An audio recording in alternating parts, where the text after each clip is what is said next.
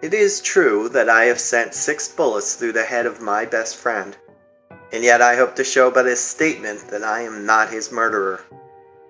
At first, I shall be called a madman, madder than the man I shot in his cell at the Arkham Sanitarium. Later, some of my readers will weigh each statement, correlate it with the known facts, and ask themselves how I could have believed otherwise than I did after facing the evidence of that horror, that thing on the doorstep. Until then, I also saw nothing but madness in the wild tales I have acted on. Even now, I ask myself whether I was misled, or whether I am not mad after all. I do not know, but others have strange things to tell of Edward and Asenath Derby. And even the stolid police are at their wits' end to account for that last terrible visit. They have tried weakly to concoct a theory of a ghastly jest or warning by discharged servants, yet they know in their hearts that the truth is something infinitely more terrible and incredible. So I say that I have not murdered Edward Derby. Rather, I have avenged him, and in so doing purged the earth of a horror whose survival might have loosed untold terrors on all mankind. There are black zones of shadow close to our daily paths, and now and then, some evil soul breaks a passage through. When that happens, the man who knows must strike before reckoning the consequences. I have known Edward Pickman Derby all his life. 8 years my junior, he was so precocious that we had much in common from the time he was 8 and I was 16. He was the most phenomenal child scholar I have ever known, and at 7 was writing verse of a somber, fantastic, almost morbid cast which astonished the tutors surrounding him. Perhaps his private education and coddled seclusion had something to do with his premature flowering. An only child, he had organic weaknesses which startled his doting parents and caused them to keep him closely chained to their side. He was never allowed out without his nurse, and seldom had a chance to play unconstrainedly with other children. All this doubtless fostered a strange, secretive life in the boy, with imagination as his one avenue of freedom. At any rate, his juvenile learning was prodigious and bizarre, and his facile writings such as to captivate me despite my greater age. About that time, I had leanings toward art of a somewhat grotesque cast, and I found in this younger child a rare kindred spirit.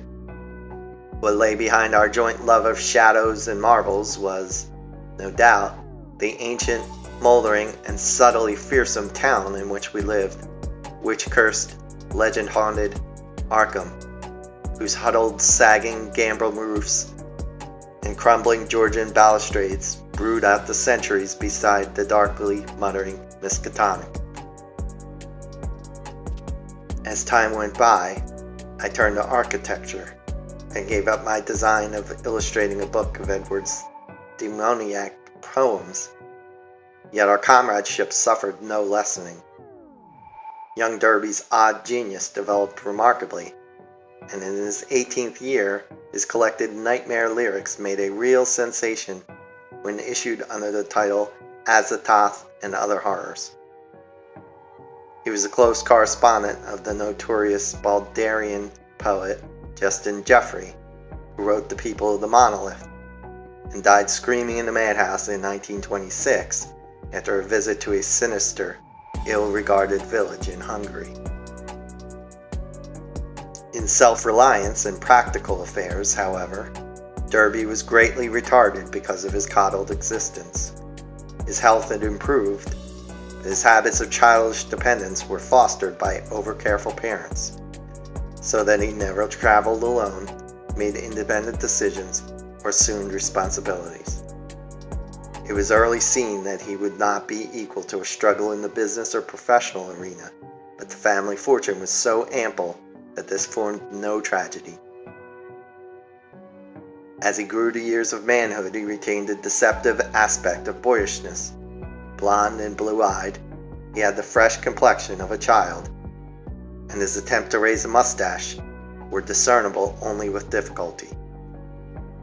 His voice was soft and light, and his unexercised life gave him a juvenile chubbiness rather than a paunchiness of premature middle age.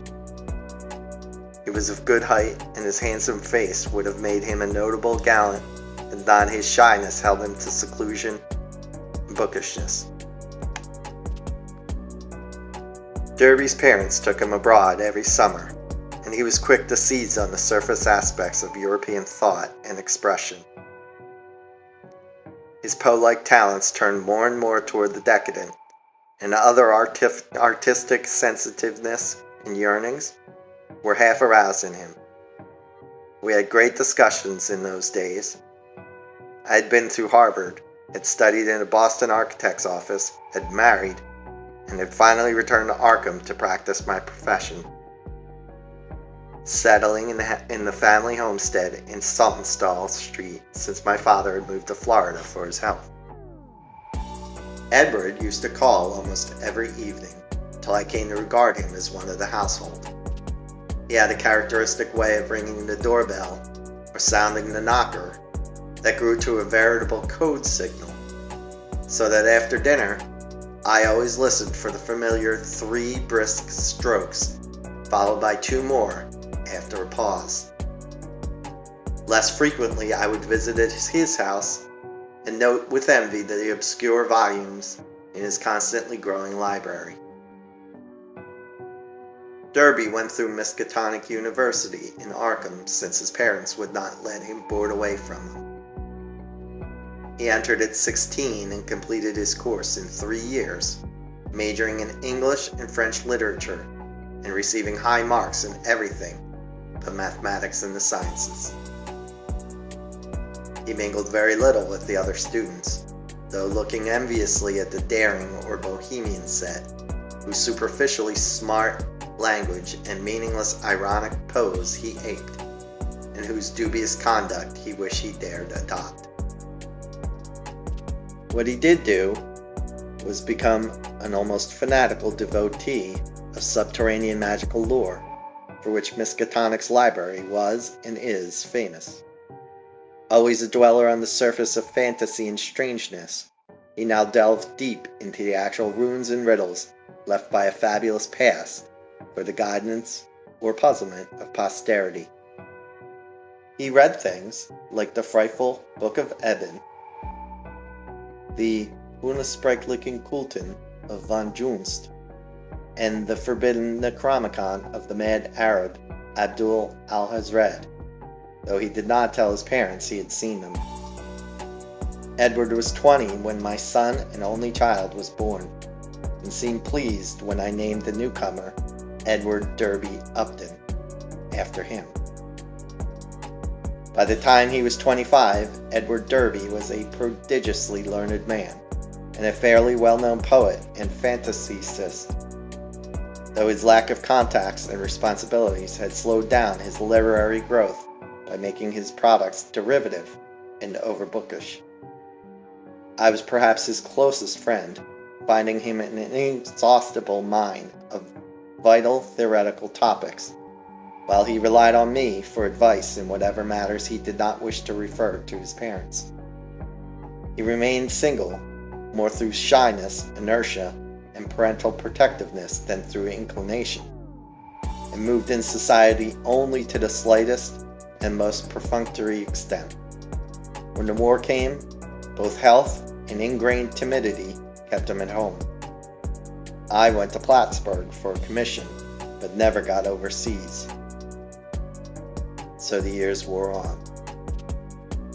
Edward's mother died when he was 34, and for months he was incapacitated by some odd psychological malady. His father took him to Europe, however, and he managed to pull out of his trouble without visible effects. Afterward, he seemed to feel a sort of grotesque exhilaration, as if of partial escape from some unseen bondage. he began to mingle in the more advanced college set despite his middle age, and was present at some extremely wild doings.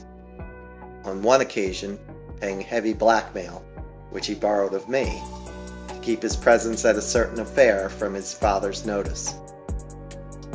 Some of the whispered rumors about the wild Miskatonic set were extremely singular. There was even talk of black magic and of happenings utterly beyond credibility.